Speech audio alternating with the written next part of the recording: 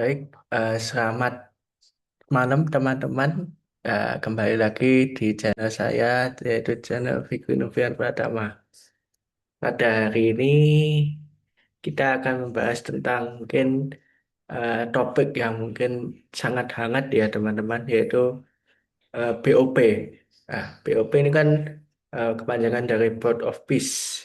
Bentukan inisiasinya adalah Amerika Serikat di bawah Presiden Donald Trump untuk menjadi negosiator atau alat alternatif dari PBB untuk eh, menjadi mediator konflik di Timur Tengah antara Israel dan Palestina.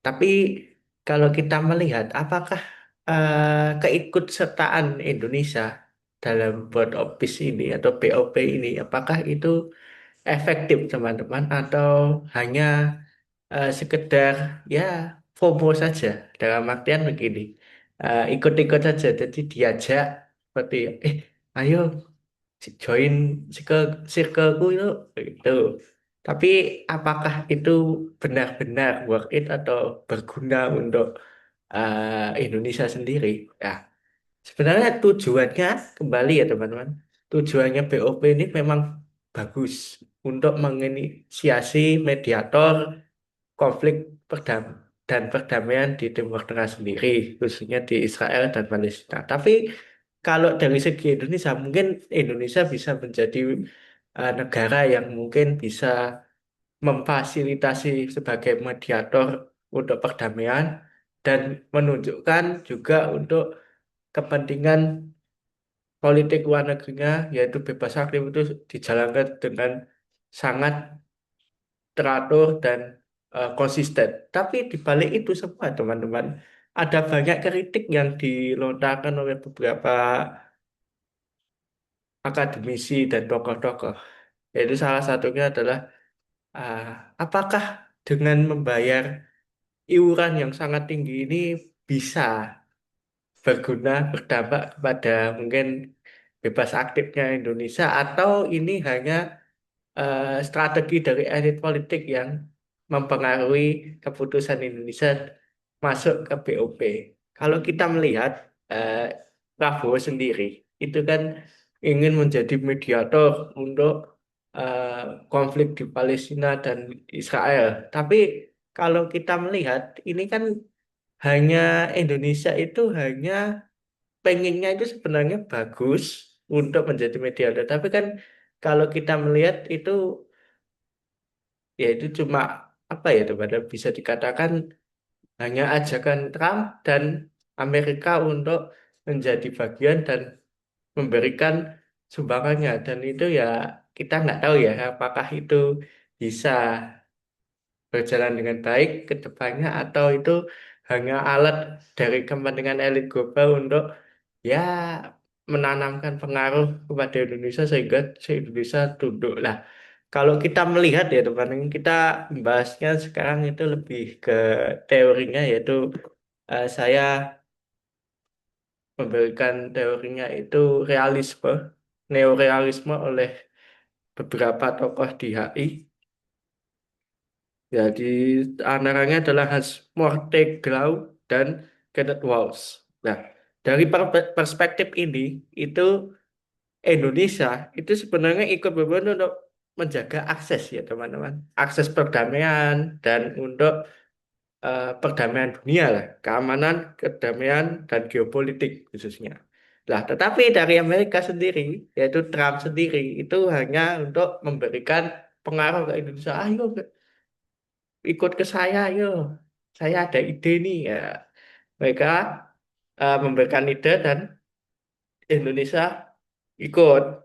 Ya, tapi organisasi ini itu sebagai power politik atau kekuatan politik yang bisa mempengaruhi keadaan konflik geopolitik yang sekarang terjadi, yaitu konflik di Israel dan Palestina. Itu harapannya ya, itu yang pertama. Tapi di sini ini kan kita melihat bahwa semua keputusan eh, BOP ini itu kan kalau kita melihat Prabowo itu kan kayak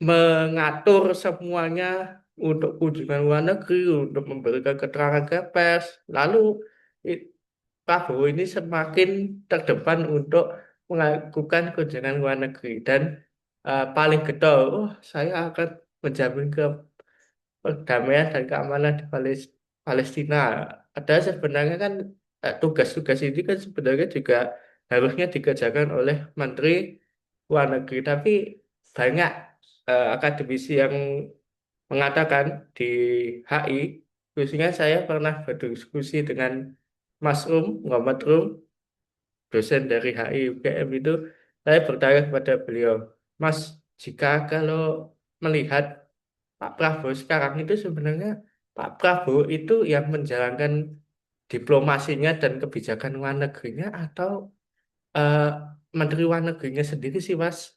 Apakah Menteri Luar Negerinya itu menjadi pejengan atau mungkin pajangan ya agar terlihat oh ada Menteri Luar Negerinya, tetapi yang menjalankan itu presidennya. Terus beliau menjawab, iya Mas, kalau kita melihat ya mohon maaf ya bisa dikatakan Indonesia itu yang menjalankan politik luar negerinya itu bebas aktif itu memang Prabowo sendiri. Jadi eh, menunya sekarang itu hanya dianggap untuk menjadi ya sepajangan aja. Diajak ke luar negeri tapi tidak memberikan statement. Dan mungkin statementnya nanti ya diatur lah sama Pak Prabowo. "Oh, kamu ngomong kayak gini."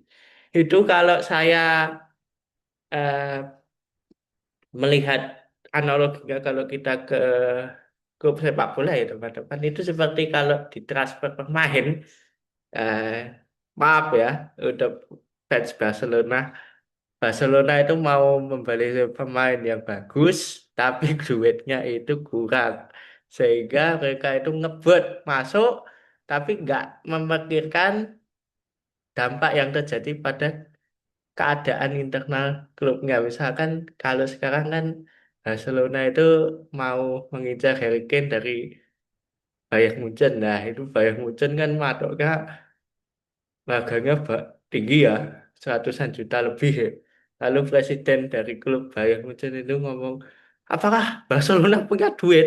Kami itu eh, klubnya itu menjualnya itu dengan harga yang pas, bukan apa namanya dicicil. Ya, begitu.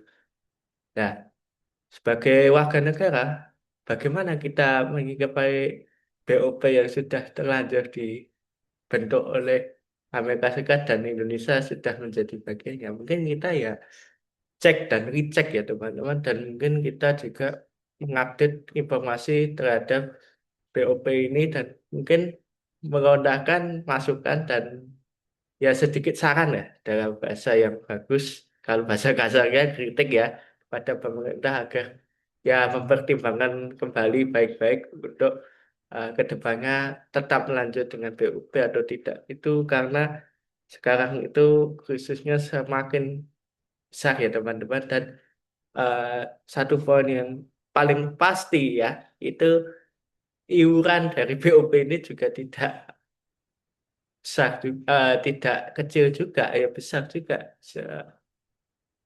bisa berdampak kepada keuangan negara kita.